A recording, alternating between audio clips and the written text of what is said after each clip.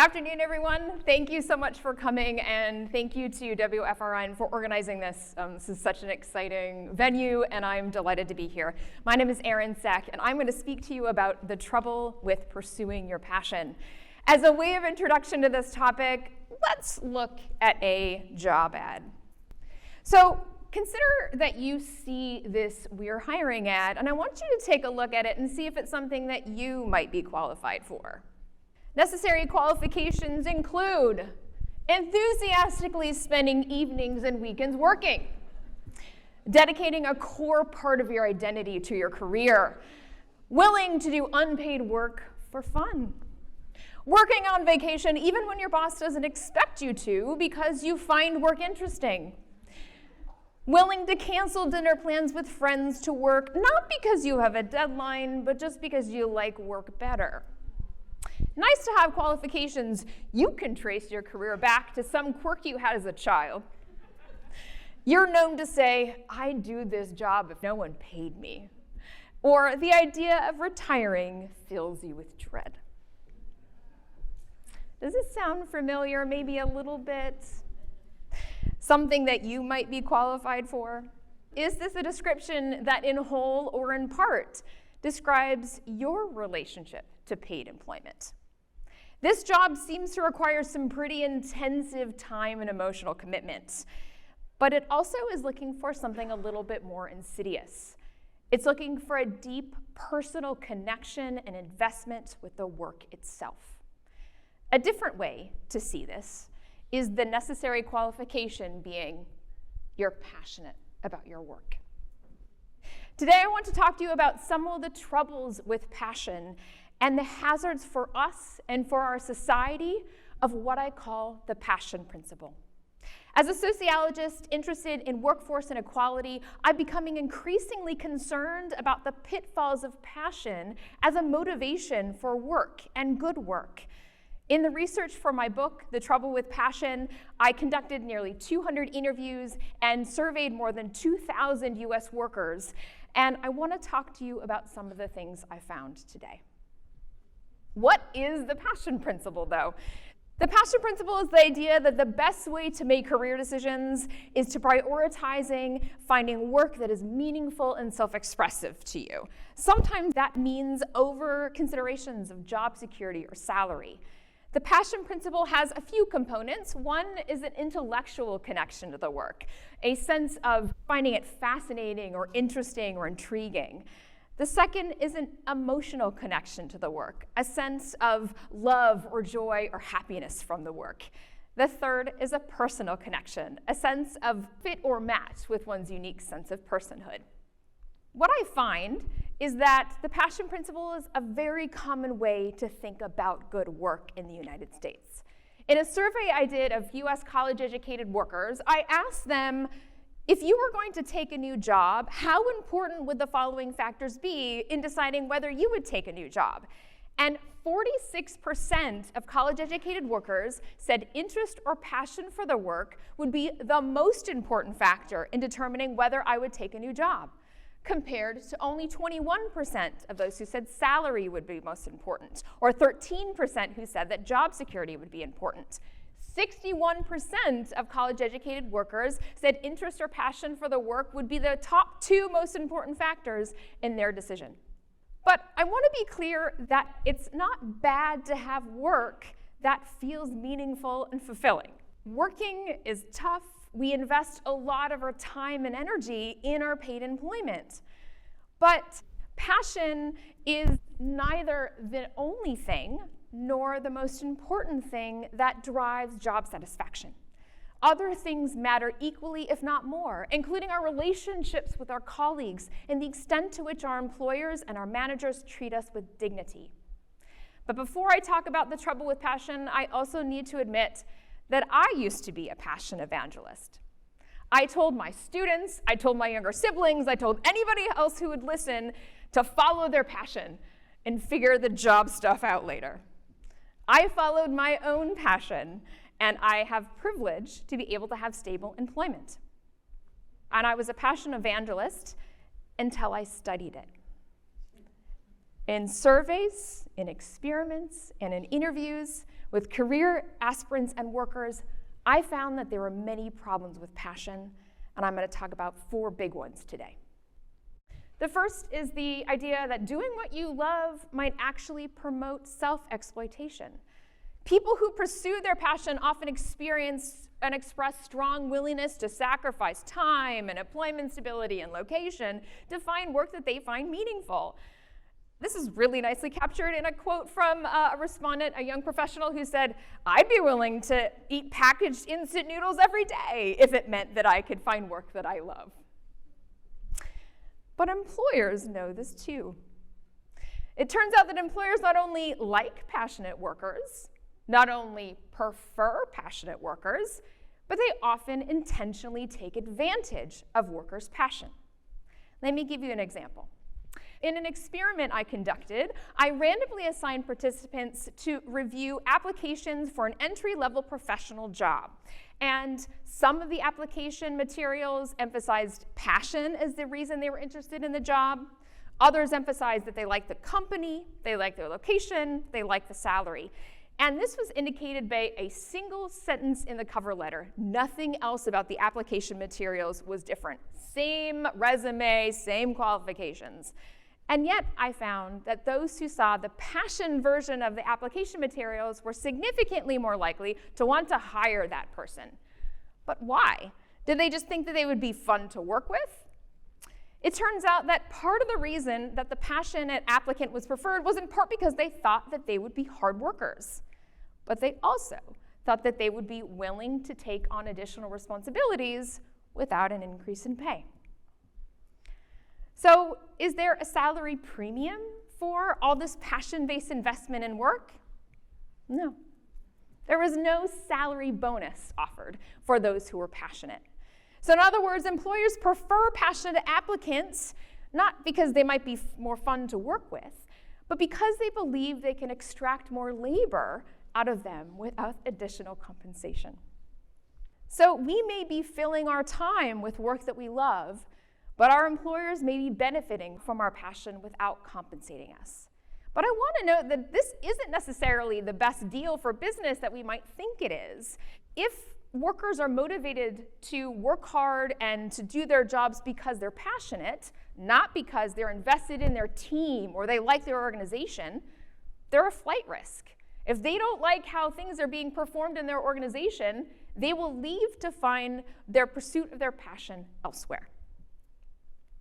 The second problem with passion is that pursuing your passion might not only be risky in terms of financial support and stability, but it might produce existential risks.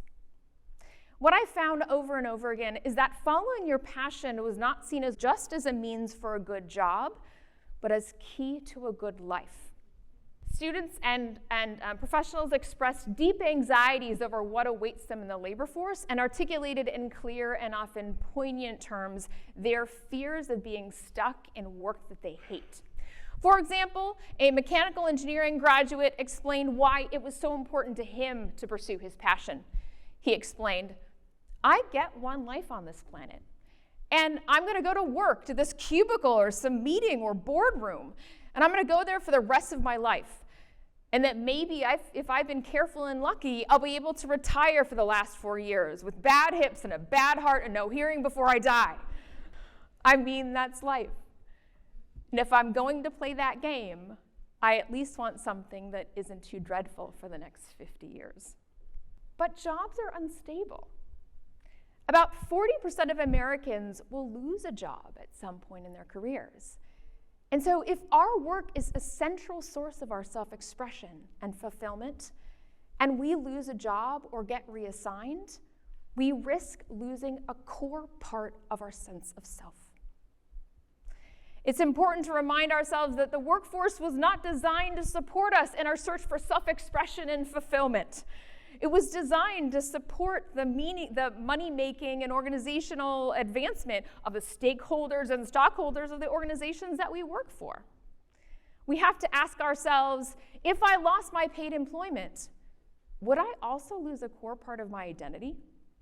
And what does it mean for me to trust part of my identity to the vagaries of the global post-industrial economy? The third issue of the trouble with passion is it promotes the culture of overwork and can foster burnout. Workplaces, especially professional ones, are rife with a culture of overwork, this expectation to be always on, always available for our employers. And this promotes substantial burnout. Over 36% of US workers are feeling burnt out at any given time, and passionate workers work even more than their non-passionate peers. They work about 2 hours more per week than similarly educated and experienced peers, but they're not paid anymore. Passion is seen as the solve to burnout, this inoculation against the overwork culture. But the passion principle simply amplifies it. We can have what I call the passion poltergeist within organizations. You might have a passion poltergeist in your organization if you see passion as a marker of competence. If there's a conflation of being passionate for the work to being committed to the work. If there's an understanding that if you're not passionate, are you really dedicated to the job? Are you really dedicated to the work that we're doing here? And there's also an expectation for the performance of passion that extends to other non-professional workers, especially service workers. So for example, it's not enough that baristas have good customer service skills, that they're polite and efficient, but they're supposed to feel a deep personal and emotional connection to grinding the coffee beans and making the latte art. And this is a deeply heavy burden to perform passion day in and day out. And this is something that's connected to, but separate from, the idea of emotional labor and work. The passion principle thus helps to promote the culture of overwork and fosters burnout, not only just for those who are passionate, but for non-passionate workers as well. But there's another dimension to this. Millions of workers toil in jobs that offer little room for fostering self-expression and fulfillment. It's important to think about who gets the privilege of even having the option to have jobs that are both in their passion and decently stable and well-paying is part of the story as well. The fourth trouble with passion is that an emphasis on passion exacerbates socioeconomic disparities. What I find is that most US workers, regardless of their education level, like to have work that's meaningful. But it's really only the college educated that has the privilege of prioritizing it. Those with some college and high school degree or less have to prioritize job security above meaningful work because of the kind of precarity they face in their employment opportunities. But even with a college degree, career aspirants can be successful through passion alone. I find that landing a job in one's passion both requires safety nets and springboards. Safety nets are what I refer to as financial support from parents. So parents that will pay their rent, pay their tuition, help support them when they take an unpaid internship, pay their cell phone bill. Springboards are things like cultural capital and social capital that teach students how they're supposed to write a resume or know how to have connections in a field in one's industry. It's only the well-off career aspirants in the US that have reliable access to these safety nets and springboards, and first-generation and working-class college graduates are much less likely to end up in jobs that are both in their passion and decently paying and stable because they often lack these safety nets and springboards. Let me give you a couple of examples. Jasmine is passionate about public health. Jasmine has extensive family support financially. She has a lot of springboards. Her parents are connected to folks in the public health industry, and she therefore had quite a leg up in her decision to what to do after graduation. She lived at home and volunteered for 3 years after college until she figured out what her passion was really about and to find a job after it. She landed in a job that was aligned with her passion, and she earned $70,000 a year. She explained her choice as follows. I had a mindset of, if a job is not what I want to do right now, then I don't want to do it. After graduation, I was like, oh, maybe something else will come up, and I don't want to commit to something else that would prevent me from doing something that I really want to do, something that matches more perfectly with my passion. Compare that to Thomas, who is passionate about music education. Thomas is a first-generation college graduate from a working-class farming family. He graduated college and started a music lessons business in his hometown and is doing pretty well. But he couldn't get on top of his student loan payments fast enough, and he had to quit his music lessons business and went to work for a job at UPS. He explained, "I had high hopes of going into music education, but reality set in pretty quickly. I'm kind of the first one in my family to ever go to school. Coming from a farming family, I'm not scared to work hard at all, but I didn't have any family financial support.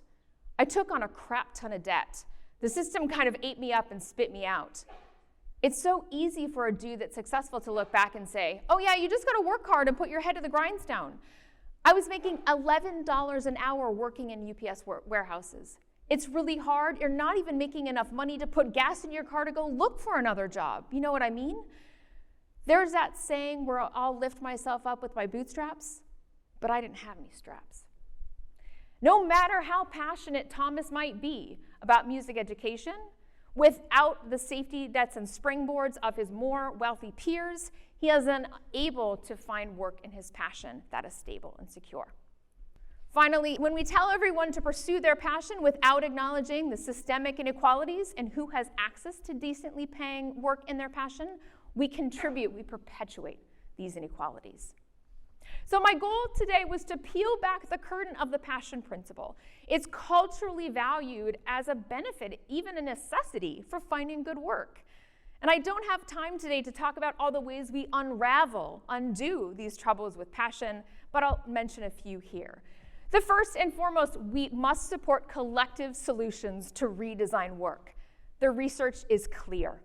Changes to overwork culture and improving working conditions are only effective when they're done collectively in our workplaces, in our teams, in our professions. And we must support the federal and local activities to be able to change the way that work is done. More importantly, we shouldn't have to be passionate about our jobs for them to be tolerable to us. Second, if you are passionate about your work, I encourage you to demand the worth of your passion. Make sure that your employer sees and make visible the work that you do on the basis of your passion. And finally, I encourage you to what I call diversify your meaning-making portfolio. And by that I mean identify and invest in those things that you're passionate about that is far removed from your paid employment.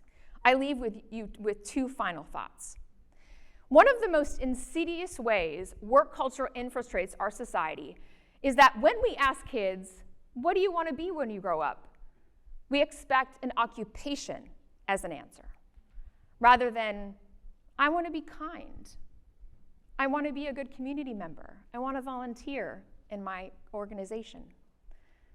Instead of asking, what do you want to be when you grow up? I encourage us to ask others and ourselves this question: what do you want your relationship to paid employment to be? Thank you.